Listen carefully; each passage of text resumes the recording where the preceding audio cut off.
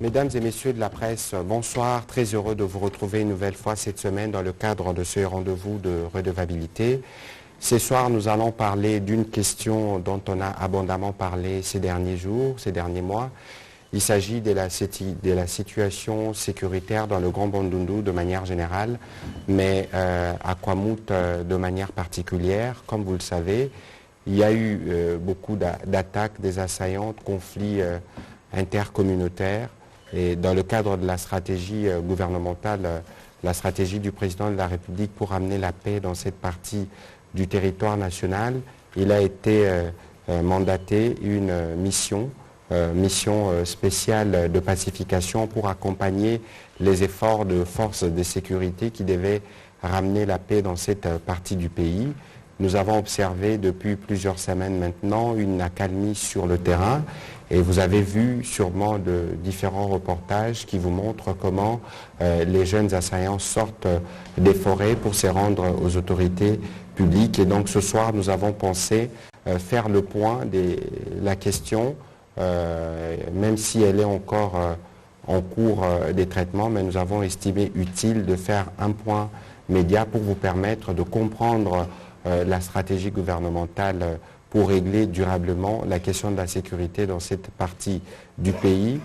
Nous avons ce soir le privilège d'avoir avec nous la ministre près le président de la République, Madame Nana Manouanina. Bonsoir Madame. Bonsoir. Et à ma gauche, nous avons le vice-ministre de l'Intérieur, Décentralisation et Sécurité, M. Jean-Claude Molipé. C'est donc avec eux que nous allons aborder ces sujets relatifs à la situation sécuritaire dans le Grand Bandundu de manière générale et à Kwamouth de manière particulière. Je voudrais donc rapidement donner la parole à Madame Nana Manouanina qui va nous faire le point du pourquoi le président de la République avait choisi de lancer une mission de pacification à côté des efforts qui ont été faits notamment au plan sécuritaire pour répondre rapidement à cette question et apporter une réponse durable. Madame Nana Manouanina, merci de vous joindre pour la première fois d'ailleurs à cet exercice de redevabilité. Nous espérons vous recevoir dans des prochains débats, mais ce soir nous voulons particulièrement que vous nous dites quelques mots sur la mission que le président de la République vous a confiée, pas vous seul, mais avec le collègue de l'Intérieur, pour ramener la paix dans cette partie de la République démocratique du Congo. Vous avez donc la parole pour vos mots introductifs. Merci pour la parole, Excellence, Monsieur le ministre. La préoccupation, si je vous ai bien suivi, est celle de comprendre pourquoi le président de la République, chef de l'État, a-t-il mis en place une commission, en plus des efforts du gouvernement et de nos forces armées qui étaient sur terrain. C'est justement dans les soucis de pouvoir donner de la place au dialogue face à un conflit issu de la redevance coutumière, un conflit qui n'oppose pas seulement les Teke et les Yaka, parce que certains ont déjà intitulé les conflits Teke et Yaka. J'aimerais peut-être faire un point pour dire que ces conflits ne devaient pas être résumés entre le peuple Teke et Yaka, mais c'est plutôt un conflit entre les Teke et les fermiers. Parce que parmi les fermiers, vous retrouvez les Yaka, en majorité, mais aussi vous retrouvez d'autres peuples, les Bangala, d'autres tribus, les Baluba, le Bambala. Donc il n'y avait pas que de Teke et des Yaka. Ça, j'aimerais corriger ça. Alors simplement, nous avons voulu donner de la place au dialogue parce que nous avons constaté qu'avec la force de l'armée, avec les interventions gouvernementales, les gens ne s'accordaient pas. C'est-à-dire que l'action n'était pas rapide. Alors il a fallu trouver de l'espace pour ramener tout le monde à la raison, donner l'occasion à ces gens-là d'obtenir le message, de se comprendre, d'échanger pour trouver une solution d'ensemble. Alors ici, il faut préciser que cette mission a 3 phases. La première phase est celle de pouvoir évacuer tous ces enfants, que ce soit des enfants Teke ou Yaka, qui ont accepté, qui ont répondu positivement à l'appel du chef de l'État de pouvoir rendre les armes et de sortir de la forêt pour promouvoir la paix.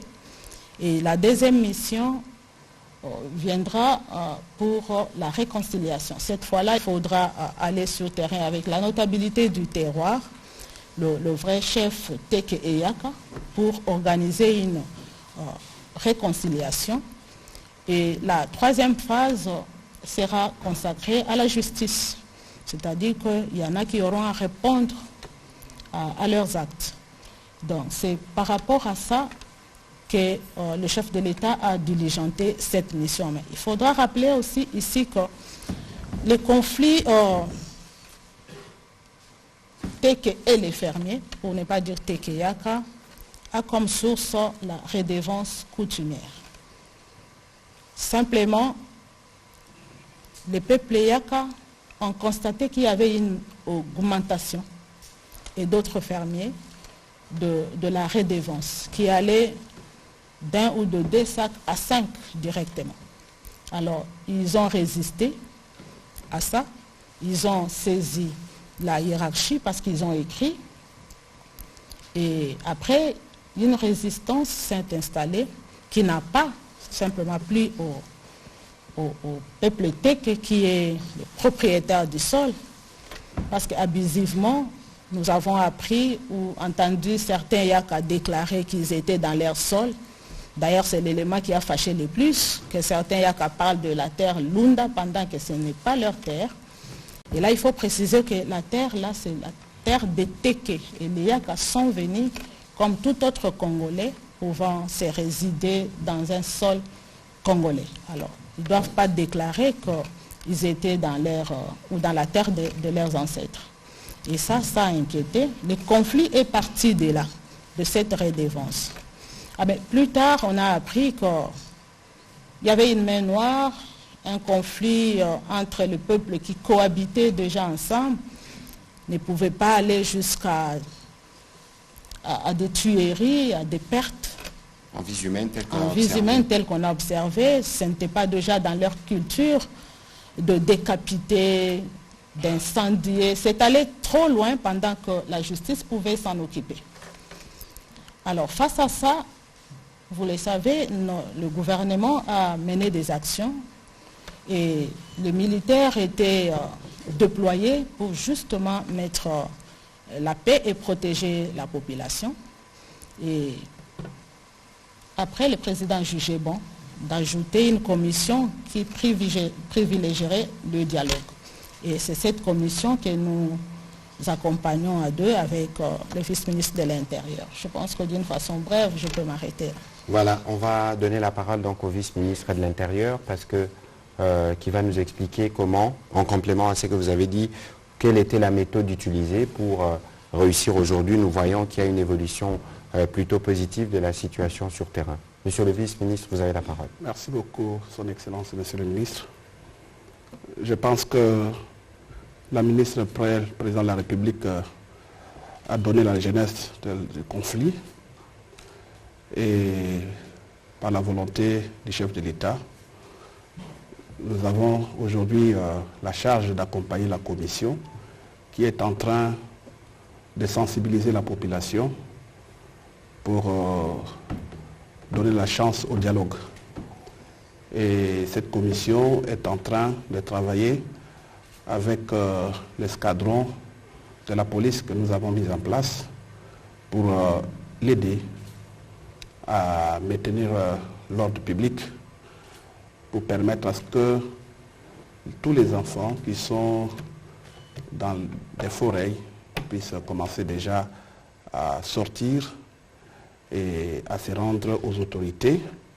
C'est ce qui est en train d'être fait. Nous sommes déjà en train d'enregistrer plus ou moins 1000 qui se sont déjà rendus. Et la commission continue. 1000 à la fois toutes les communautés qui oui, sont des Teke et puis des Yaka, mais majoritairement pour le moment, ce sont des Yaka qui sont sortis. Mais dans l'entretemps, il y a des messages qui continuent. Et ces messages-là vont en direction de ces jeunes gens qui sont déjà prêts. Il y en a même qui commencent déjà à sortir d'eux-mêmes.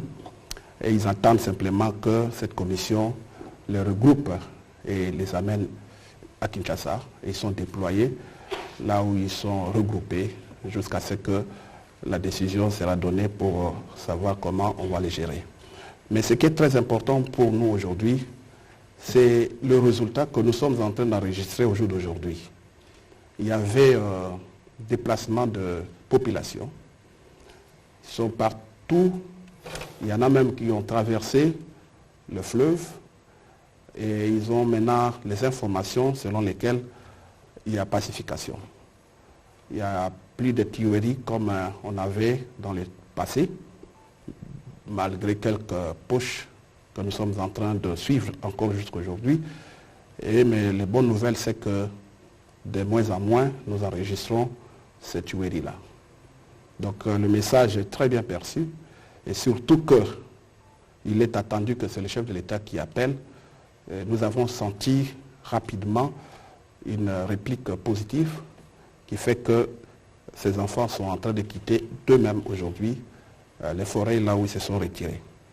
Et dans l'entretemps, la police est en train de travailler, la police de la proximité, à l'écoute de cette population. Et la difficulté qu'on a au jour d'aujourd'hui, ce sont ces déplacés-là qui rentrent et qui arrivent dans des milieux où les maisons ont été incendiées, ils ont perdu leurs champs. C'est ainsi que nous travaillons avec le ministère des Affaires sociales pour voir comment les accompagner. Et certains organismes humanitaires qui sont avec nous, qui travaillent également dans ce sens-là. Parce qu'on sent que de plus en plus, les nombres augmentent de ceux qui désirent rentrer dans leur terroir. Et puis je pense que pour le moment, la situation est en train vraiment de revenir à l'ordre. Il y a la calmie. Et puis nous croyons que la deuxième mission qui est attendue, celle de dialogue entre les notables, la notabilité de deux communautés, doivent rester maintenant ensemble dans des rites ancestraux pour enterrer définitivement les haches de guerre, pour que ce type de choses n'arrive plus jamais. C'est ainsi que nous sommes en train déjà de préparer cette deuxième mission, en commençant par quelques missions, quelques rencontres qui vont avoir lieu ici à Kinshasa, dans notre ministère. Nous sommes en train d'identifier les notabilités qui seront invitées, les vrais chefs Yaka et Teke, qui seront invités pour qu'ils se retrouvent autour d'une même table, commencer déjà le pourparler, qui sera finalement déporté sur terrain, de façon que ces actes-là soient officiels entre eux, de façon que plus jamais ce type de choses ne puisse arriver. Alors beaucoup nous posent des questions pour savoir, mais qu'en est-il des auteurs de ces exactions? Nous avons dit que c'est la troisième phase qui va consister aux responsabilités. Chacun va répondre de ses actes. Ça ne peut pas manquer. Pour qu'il y ait vraiment paix, il faut que la justice puisse aussi s'inviter. Voilà, Excellence, je m'arrête à ce niveau-là. Voilà. À cet instant. Merci, Monsieur le vice-ministre, de vos mots introductifs, mais comme vous pouvez le comprendre, donc, la question a été prise en charge de manière globale. Là où il y avait besoin d'intervention humanitaire, le gouvernement est intervenu. Aujourd'hui, il y a des populations déplacées qui sont en train de rentrer dans leurs habitations initiales, mais il y a aussi une composante judiciaire qui se mettra en place les moments venus. Nous en avions parlé dans l'une de nos réunions de sécurité, parce que vous l'aviez appris qu'il y avait notamment certains militaires qui s'étaient mal comportés sur le terrain et pour lequel l'auditorat, en tout cas, avait déjà ouvert une procédure. Ici, ce qu'il faut comprendre, c'est que le gouvernement va utiliser tous les moyens possibles pour que la paix revienne dans cette partie du territoire national. Et donc, aujourd'hui, nous faisons le point des évolutions. Nous reviendrons sûrement pour faire un autre point au fur et à mesure que nous engrangerons des résultats suivant la volonté exprimée par le président de la République. On va commencer notre série des questions, mais je souhaite alors cette fois-là une question précise par journaliste pour nous permettre de gérer les temps. On va commencer par Paul Matendo.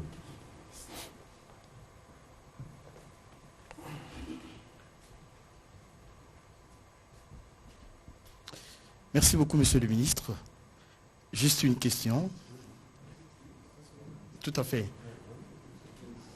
Je note qu'il y a pacification dans Kwamout, mais le dialogue va continuer. Mais la question aussi a été prise en charge de manière globale. Alors, comment vous gérez les conséquences à ce jour? L'une des conséquences, c'est le faible taux d'enrôlement enregistré dans cette partie du pays. Je prends l'exemple de la province du Kwango. Sur 1 195 000 personnes attendues, à ce jour, à 2 semaines de la fin de l'opération, 400 000 seulement ont été enregistrés. Qu'est-ce que le gouvernement compte faire, avec la CENI bien entendu, pour permettre à ces gens de s'enrôler? Merci.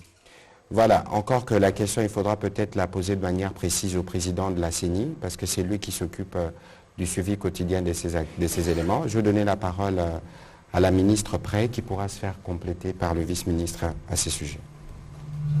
Voilà, par rapport à cette question, moi je note que ce n'est pas une préoccupation qui ne concerne que Kwamout, parce que même dans les grands Bandundu, là où l'enrôlement avait commencé, et dans d'autres, la partie ouest, on a connu des moments de retard pour des problèmes techniques, pour des problèmes, pour le retard de déploiement du matériel, et on a envoyé, on a saisi au fait la hiérarchie de la CENI par rapport à ça. Vous avez suivi qu'on a dû accorder quelques jours pour récupérer ces retards. Moi je pense que par rapport à Kwamout, c'est la même démarche. Les doléances sont récoltées et puis transmises à la CENI. Et c'est à eux de voir combien de temps perdu qui peut être récupéré. Et certainement, parce qu'on a besoin que tout le monde s'enrôle, et ils vont ajouter des jours pour permettre à ceux qui n'ont pas pu s'enrôler de les faire. Donc, nous allons juste déposer, déjà on a commencé à les faire auprès de la CENI, ces doléances, pour qu'ils prennent la question en charge. Voilà, monsieur le vice-ministre. Oui, je pense que c'est la même réponse que je pourrais donner parce que la CENI a enregistré déjà dans le passé ce type de situation et je pense que la réponse de la CENI était claire. Il n'y aura pas un coin qui va perdre.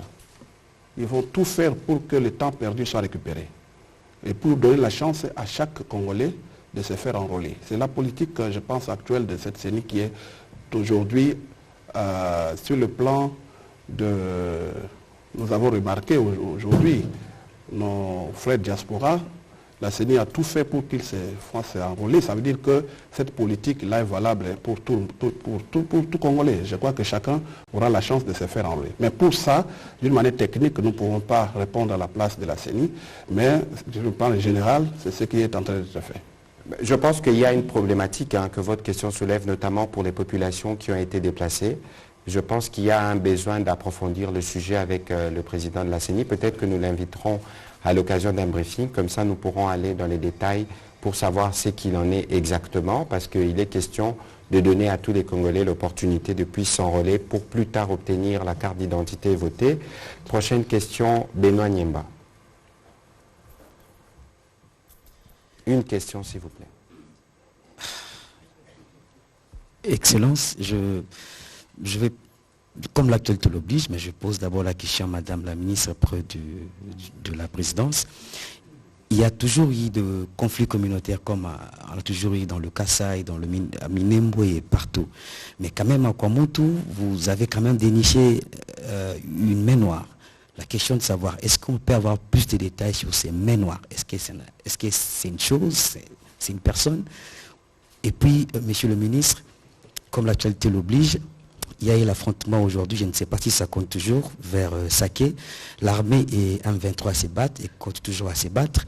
La question que je pose, est-ce que la force régionale se bat à côté de FARDC? Comme vous l'avez dit l'autre fois, leur mandat est aussi, il faut mandat offensif. Merci. Sur votre première question, avant que la ministre ne réponde, tout à l'heure, le vice-ministre a parlé des processus.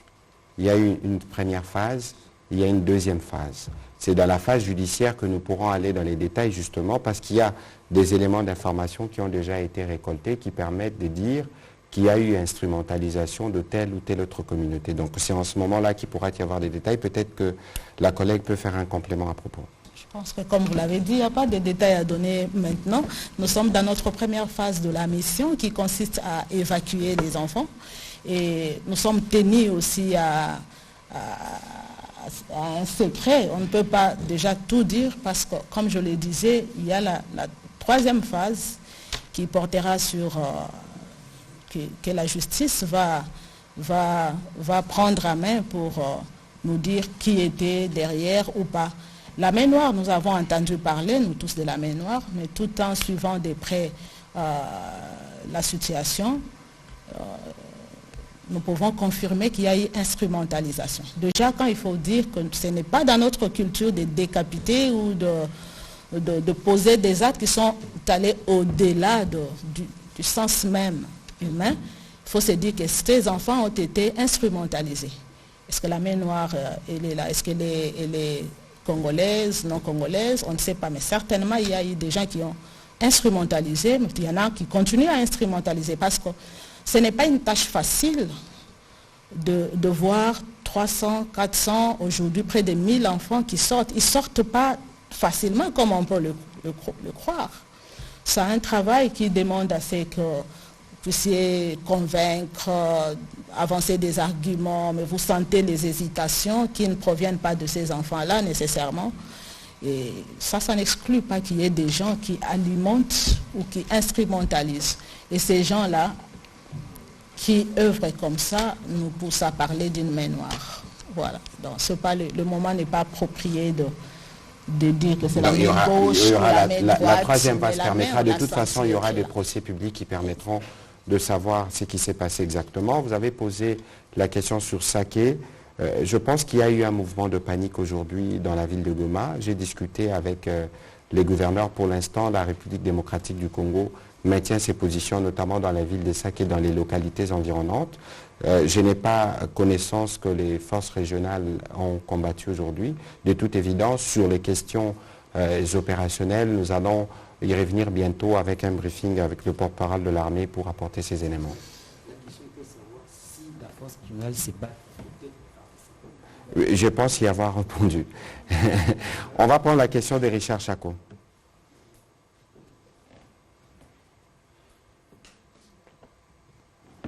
Merci beaucoup, monsieur le ministre. Madame la ministre et le président de la République, vous avez dit que parmi les causes de ce conflit entre TK et fermiers, c'est la question de la redevance coutumière. Est-ce que vous avez pu résoudre ce problème-là, cette redevance qui a été revue à la hausse, pour ne fût-ce contenter les communautés, pour qu'on ne puisse pas revenir sur cette question de la redevance coutumière? Une question, permettez-moi, monsieur le ministre, porte-parole du gouvernement par rapport à la question d'actualité. Je voulais que vous puissiez réagir par rapport à la déclaration de Paul Kagame aujourd'hui, qui a dit que, devant les diplomates, que Kinshasa a lu notre communiqué qui a été lu à Bujumbura alors que ce n'était pas le cas. Et il a accusé le chef de l'État, Tshisekedi, d'avoir déshonoré beaucoup d'accords et il ne pense pas qu'il pourra honorer les accords avec les ambassadeurs qui étaient en face de lui. Merci. Merci. Madame la ministre, vous pouvez répondre à la première partie de la question. Si j'ai bien suivi votre question, c'est que vous voulez savoir par rapport aux causes qui ont occasionné ces tueries, si nous avons déjà trouvé une solution là-dessus. Je pense que la solution appropriée se trouve au niveau du ministère de l'Intérieur. Ça, on a fait ça. Je me rappelle déjà qu'au début, il y a le peuple Yaka avait écrit saisissant la hiérarchie pour dénoncer cette augmentation. Et à l'époque, une réponse avait été réservée pour dire que la démarche ne pouvait pas être comme ça et qu'il fallait voir. Je pense que le vice-ministre de l'Intérieur est mieux placé pour répondre à cette question parce que cette situation relève de son ministère. Voilà, monsieur le vice-ministre. Oui, merci beaucoup, Son Excellence. Je pense que c'est comme vient de le dire Madame la ministre près le président de la République. Cette question avait été examinée à son temps. Une lettre de peuple Yaka nous avait été adressée. Et comme vous le savez, Pour augmenter une taxe, il se passe toujours des préalables. Ça veut dire qu'il faut élargir l'assiette fiscale, par exemple. On doit tenir compte de certains facteurs. On doit regarder les assujettis, on doit regarder le pouvoir d'achat, savoir s'ils sont en mesure de supporter ces taxes ou pas. Mais pour ce cas d'espèce, quand ils ont écrit, la réponse du ministère était claire, que cette démarche n'était pas correcte, qu'on devait attendre, tout simplement surseoir cette décision. Voilà, c'était de cette manière que cette question avait été réglée à son temps. Merci. Voilà, on va revenir sur la question que vous avez posée à propos du président Kagame. Bon, il est coutumier maintenant que dans ses prises de parole, il essaie à tout prix de justifier les massacres qu'il est en train de commettre en République démocratique du Congo sous les couverts, il n'y a même plus de couverture, c'est l'armée rwandaise qui opère. Ici, je dois rappeler 2-3 choses. La première chose, c'est que au 23 novembre 2022, lorsqu'on a fait les mini-sommets de Luanda, on croisait 2 processus. Les processus de Nairobi et les processus de Luanda, parce qu'il y avait, souvenez-vous, une médiation africaine qui s'opérait autour du président Lorenzo par principe de subsidiarité, parce que c'est lui qui dirige la CIRGL, et la RDC comme le Rwanda fait partie de cette sous-région. Ensuite, il y avait la question qui était traitée au niveau de la communauté de l'Afrique de l'Est, où la République démocratique du Congo comme le Rwanda sont membres. Et donc il y avait un besoin de croiser les 2 processus pour avoir un schéma unique qui engage le parti et qui nous permette d'avancer vers la solution. Je pense que le communiqué de Luanda, qui a été exceptionnellement signé par des chefs d'État, a été porté, y compris par la communauté internationale, comme la voie qui va nous permettre de régler les problèmes dans la durée. Il y avait là, je rappelle 3 choses, cessation des hostilités, retrait, désarmement, dialogue et puis reprise des discussions pour les relations diplomatiques entre la République démocratique du Congo et le Rwanda, c'est le principe. À la réunion de Bujumbura, on devait faire le point à la demande du président Ndayishimiye de la situation sur terrain qui s'est dégradée. Je vous épargne de détails que vous avez tous suivis et qui avait besoin de refaire le point pour être sûr quel est le degré d'application ou de respectabilité du communiqué de Luanda. Malheureusement, les communiqués qui est ressorti de la réunion, je ne pense pas que ma mémoire me trahisse, nulle part on n'est fait mention du communiqué de Luanda. Et je pense l'avoir dit dans les briefings de lundi, qu'avec les secrétariats techniques de l'EAC, nous avons eu le même souci lorsque nous étions au sommet consultatif des chefs d'État à Sharm el-Sheikh. À l'occasion, c'est le Premier ministre qui représentait le Président de la République. Au terme de la rencontre, il y a un communiqué qui doit être lu et qui doit être avalisé par toutes les parties. Et donc, il y avait un besoin de relecture parce que la partie congolaise, représentée par le vice-premier ministre Lutundula, avait fait remarquer qu'on ne pouvait pas faire un communiqué après une réunion comme celle-là sans s'y référer au schéma des départs. Parce qu'aujourd'hui, il existe une feuille de route pour régler les problèmes à l'est de la République démocratique du Congo.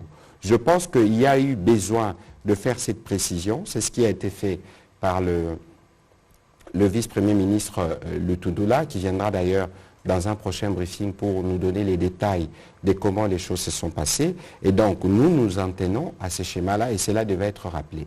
Pour ce qui concerne les propos du président Kagame, c'est du classique pour lui, avec une rhétorique mensongère de dire est-ce qu'il y a un génocide en cours en République démocratique du Congo? S'il y en a eu un ces derniers mois, on peut parler des Kishiché. Il y a encore eu un rapport de Human Rights Watch ou du Bureau conjoint des Nations Unies pour le droit de l'homme qui l'atteste de manière claire. Et donc tous les propos qu'il tient, c'est pour essayer de justifier son agenda caché qui vise à maintenir l'Est de la République démocratique du Congo dans l'instabilité pour lui permettre de continuer les pillages. Les problèmes à l'Est de la République démocratique du Congo sont des problèmes qui sont connus. Et les solutions sur papier sont connues. Il faut au président Kagame de comprendre que le temps de la violence est révolu et que maintenant, le temps de la paix est arrivé. Donc il vaut mieux pour lui qu'il arrête tous ces faux fuyants et qu'il souscrive à sa responsabilité qui est celle de cesser de soutenir les M23. Tous les grands pays de la communauté internationale les ont déjà s'unifiés.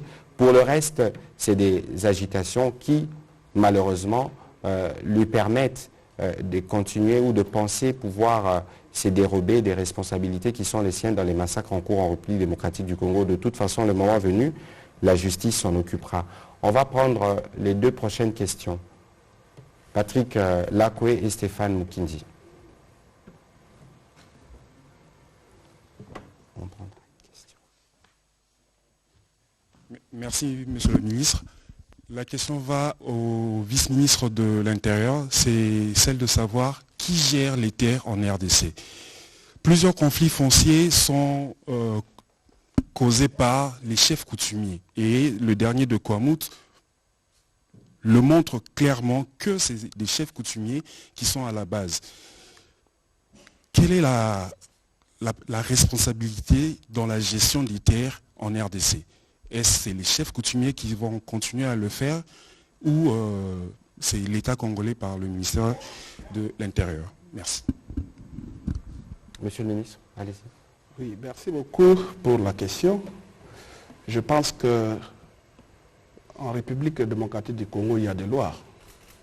Nous avons les textes des lois qui parlent clairement que la terre et les sous-sols appartiennent, les sous-sols appartiennent à l'État. Cette réglementation est définie par les textes légaux. Alors, sur le plan coutumier, il existe des chefs de terre. Les chefs de terre-là sont organisés. Au jour d'aujourd'hui, nous avons les villages, nous avons le groupement. Ce sont les entités coutumières qui sont des gardiens de terre. Et je pense qu'il existe bel et bien une loi qui définit comment ces autorités coutumières gèrent ces terres-là. Ils sont des gardiens de terre. Et il arrive souvent, quand quelqu'un qui a besoin de terre arrive, ils s'attendent sur certaines modalités. Et nous savons que la République démocratique du Congo a très bien fait pour les associer dans la protection de la terre. Et le mal, c'est que quand ils ont cette prérogative, il y en a qui s'en abusent. Ce n'est pas partout où nous avons ce type de problème. Mais au jour d'aujourd'hui, c'est un problème qui est devenu récurrent. C'est pourquoi les législateurs qui avaient déjà dans les textes défini comment se gère ces terres-là pourra désormais, au vu de la situation du moment, redéfinir, requalifier ces textes-là pour savoir comment désormais ces terres doivent être gérées pour éviter ce type de conflits. Parce que des conflits que nous avons aujourd'hui sont plus de conflits coutumiers et de conflits fonciers. Et quand on voit autour de ça, ce sont surtout ces personnalités-là qui sont à la base. Et pour vous répondre à cette question, nous avons d'abord l'État congolais qui gère la terre en rapport avec la loi qui existe, la loi foncière. Il y a le ministère des Affaires foncières qui existe. Et je pense qu'une nouvelle loi est en cours d'examen à l'Assemblée. Exactement. Et cette loi-là va régler cette question que vous venez de poser maintenant. Voilà, on va prendre la question de Stéphie Mukindi et puis on prendra spécialement une question en Kikongo, comme ça, Madame la ministre pourra s'adresser aux populations de cette partie du pays. Monsieur le ministre ou vice-ministre de l'Intérieur, on parle de cette situation depuis plusieurs mois déjà, si pas presque un an. Beaucoup de Congolais ont péri, certains par fusil, d'autres par machette. Et ici, vous reconnaissez qu'il y a déjà accalmie sur terrain. Je suis un peu perdu. Je me demande, l'accalmie en question s'observe où précisément? Sur toute l'étendue de la zone à problème ou bien c'est dans quelques villages? Et s'il y a accalmie, c'est à quel pourcentage? Monsieur le vice-ministre? Bien. Nous avons plusieurs villages. Je crois même qu'avant de venir ici, nous avons été en contact avec la commission qui nous a donné les noms de villages avec précision où il y a l'accalmie, où il y a un retour massif de la population. Mais là, je pourrais demander à son Excellence Madame la Ministre pour donner les noms de ces quelques villages. Mais ici, pour ce qui me concerne, je pourrais tout simplement donner quelques zones où se trouvent encore quelques problèmes d'insécurité. Nous avons les zones aux alentours d'Nkinsele, dans la ferme Kapenda, où il y a eu quelques problèmes ces derniers temps. Mais il est attendu, si pas demain ou après-demain, le mouvement d'une unité de la LENI qui va y descendre pour prendre en charge cette partie-là. Et nous sommes en train de nous organiser déjà pour augmenter l'effectif de ces escadrons, pour commencer maintenant les actions en profondeur, pour sécuriser davantage ces milieux-là. Alors pour vous donner le nom de ces villages, je pourrais demander par la bénédiction de son Excellence ministre Mouyaya à la Madame ministre pour donner les noms de ces villages-là. Oui, allez-y, en complément à la réponse du vice-ministre. En complément à la réponse du vice-ministre, je citerai par exemple le village Boku, où le chef de groupement Boku est lui-même retourné vivre là-bas parce qu'il était à Kinshasa. Nous avons Fumokento, Machambio, Kisele, Shomaku, Mibe, Mchetu, Toa, Salongo, Machambe, donc le long de l'axe de Bandundouville. Alors, vous avez parlé du pourcentage. Moi, je pense qu'aujourd'hui, à 75 ou 80%, la paix est revenue dans la province de Mai-Ndombe. Je comprends, moi, les soucis qui nous animent tous à pouvoir trouver une solution une fois pour toutes, mais nous ne devons pas oublier que c'est tout un processus. On sait quand est-ce qu'on commence une histoire du genre, mais on ne sait pas quand est-ce qu'on la termine. Le processus, aujourd'hui, évolue très bien parce que les populations regagnent déjà leur village, surtout avec la présence de la police. Et ils ont maintenant confiance qu'ils peuvent regagner leur village. Et de plus en plus, il y a du calme. On n'entend plus parler de villages incendiés, de gens décapités. Mais ça n'exclut pas le quelques points chauds qui restent, le quelques points là où on continue à travailler. Et c'est par là que d'ailleurs nous étions tout à l'heure en train de féliciter la commission, de louer les efforts que cette commission-là a fait sur terrain, parce que ce n'est pas une tâche facile d'aller là-bas, abandonner les véhicules, entrer dans la forêt, faire 80 km à pied, convaincre ces enfants-là et leurs leaders de tout abandonner, de sortir. C'est un travail louable qui, avec la bénédiction du président de la République... Avec des risques d'ailleurs. Trop de risques, parce que par moments, ces enfants-là, ils changent de face. Dès qu'ils entendent qu'on a tiré à gauche, ils se disent donc vous nous avez piégés, et puis ils redeviennent très violents. Il faut négocier, il faut signer des accords pour qu'ils soient calmes et qu'ils acceptent de sortir. Vous ignorez le degré de stress et la commission et nous qui sommes ici endossons quand ils sont dans la forêt. Mais je pense qu'aujourd'hui, on ne parle plus de tuerie dans Kwamouth. Et c'est par là que moi, je ne cesse de rappeler chaque fois que je me retrouve devant le micro, de faire appel à tous ceux qui continuent à instrumentaliser pour des intérêts personnels. Nous avons tous intérêt de coagir pour l'intérêt de la population congolaise, aux côtés des efforts du chef de l'État, du gouvernement, de nos forces armées, de la commission. La population tout entière, surtout la population du terroir, a aussi la responsabilité de participer positivement pour que nous puissions mettre fin totalement à ces désagréments.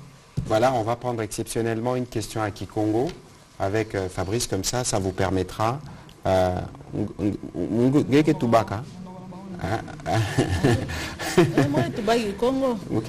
y aura une question à Kikongo pour permettre... Je pense que le fils ne va pas se plaindre, pourquoi pas dans sa langue, et c'est de ma langue, dans ma langue. Donc c'est pas de ma faute. C'est plus parce qu'il s'agit de Kwamouth.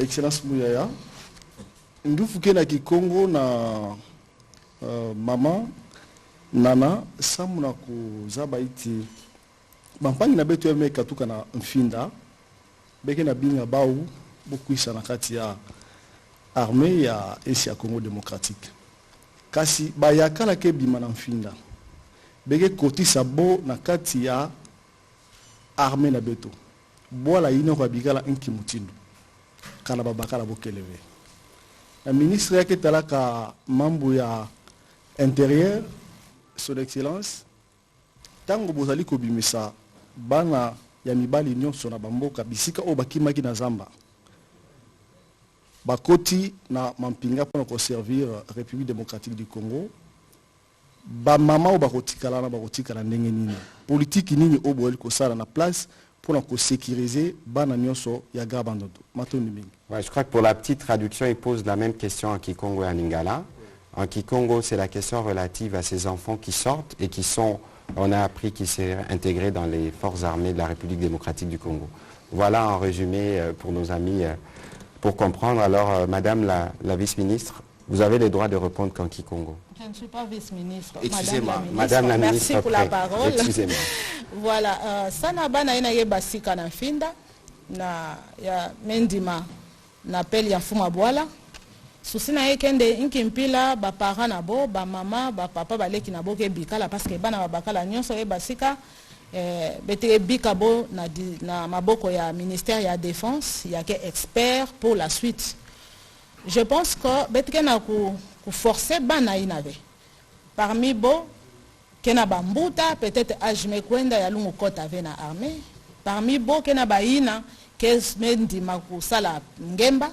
Boke bashika bo rendre ba minduki na bo mais kena mfunu ve ya ku kota na ndonga na formation.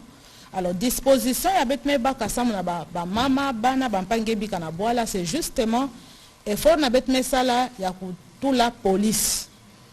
Je pense que police déjà 4 escadrons ya police kwendaka yoke sambu na ku protéger population na bima na bo. Inquiétude mingi uvandaka bantu va wa boma ya kubikala na armée. Boke wa boma ya teni ya ba soda. Alors, fuma bola kulombande ba armée bo katuka, bo vanda na bisika bo fe vanda, mais police ku vanda pembeni ya ba famille sana ku protéger bo na bima na bo. Donc, je pense que population bo vanda na ngemba, bo vanda calme sambu ba police ke pembeni na bo que justement na consigne na ku protéger bo, ya ku protéger bima na bo, ya ku protéger boala na bo. Et puis je pense que na côté la police, il y a un devoir ya betu nyonso ya pour se protéger mutuellement en attendant effort ya gouvernement qui ça. Je pense que ce serait important que vous puissiez revenir sur la réponse en français. Comme ça, c'est plus sûr que tout le monde a compris parce que c'est une question que beaucoup de Congolais se posent. Et, la question était celle de savoir quelles dispositions avons-nous prises pour les femmes, les enfants, les vieillards qui restent pendant que tous les jeunes garçons sont ramenés à Kinshasa. Et j'étais en train de réagir qu'en fait, il y a aujourd'hui la police qui a été déployée, déjà 4 escadrons. Les 4 escadrons font 600 policiers. Alors, la police est là pour protéger les personnes et leurs biens. Alors, les familles qui ont observé leurs enfants sortir peuvent être calmes un peu parce que la police est là pour le protéger. Et j'ajoutais qu'à côté de l'action policière, mais la population a aussi le devoir de se protéger mutuellement. Que les populations qui sont là commencent par se protéger en attendant, faciliter aussi la tâche à la police de les protéger. Je pense que c'est la mesure qui a été prise jusqu'ici. Voilà, monsieur le vice-ministre Nalinga, la poto silisa. Oui. Baton de mingi journaliste pour Namutuna. Bana, babimi, baboti, basina bango, bana bango, misusu batikali. Nasima bakobate la mandenge nini.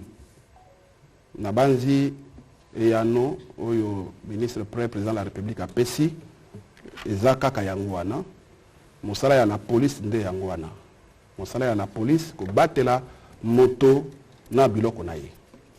Mosala ya la police ezali ko batela kimia kati na mboka kosala ete moto nyonso aza na se na mobeko moto azaliko na mobeko te soki moto aza na se na mobeko akoki kobotola eloko ya moto te akoki koyiba eloko ya moto te nde mosala ya la police epesami wana mpona kozala ntango nyonso koyoka population yango tobengaka na lopoto police de la proximité police na biso lelo ezali républicaine ezali police civile oyo ezalaka pembe na population kobatela la population koyoka oyo eza koleka na kati na population 4 escadrons oyo lelo eza koopere na Grand Bandundu toti moko na Kwilu moko mosusu na Kwango pe moko mosusu na Mai Ndombe pe moko etika ya Leni ezali ya intervention rapide pona ko appuyer sika besoin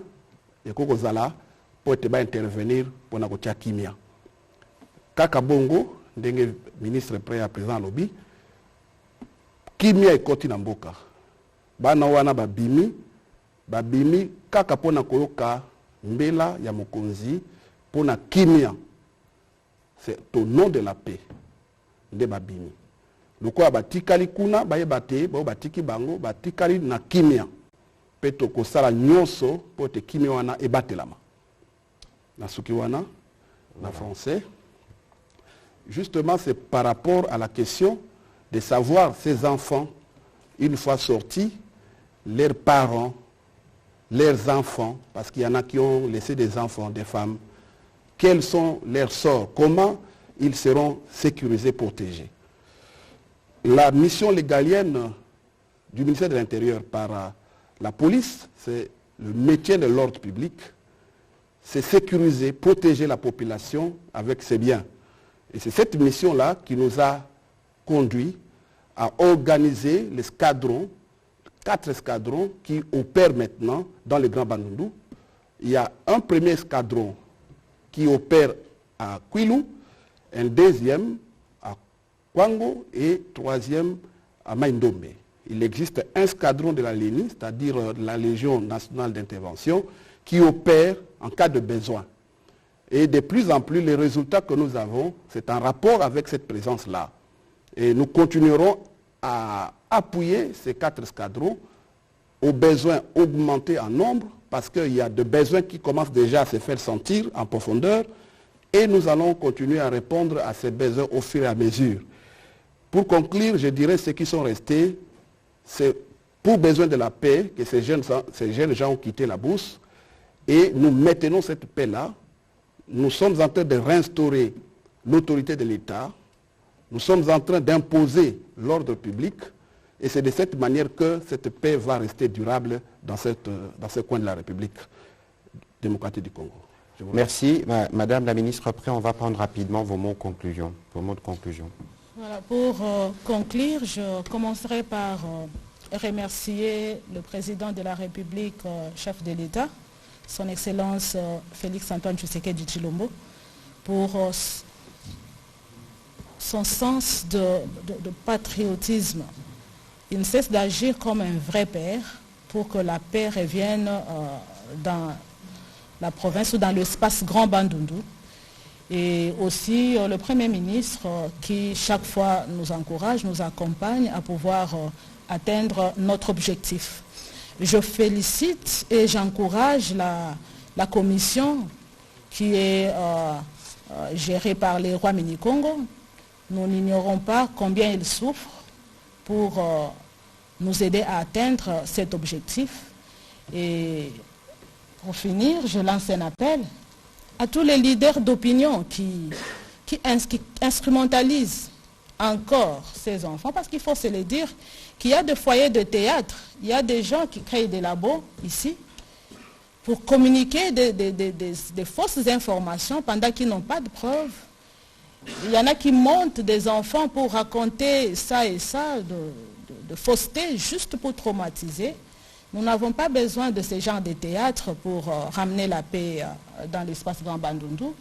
Et à ces leaders, qu'ils soient des politiciens, qu'ils soient des chefs coutumiers, qu'ils soient des notables, nous demanderons vraiment qu'ils agissent pour l'intérêt supérieur, qu'ils se joignent à la commission, s'ils le veulent bien, pour qu'ensemble nous puissions ramener la paix, au lieu de nous tourner des théâtres qui ne facilitent pas l'atteinte des objectifs. Alors, c'est eux qu'on pourra appeler le main noir. On n'en a pas besoin, ces mains noires. Nous aimerions peut-être avoir de mains blanches qui nous accompagnent à pacifier l'espace Grand Bandundu.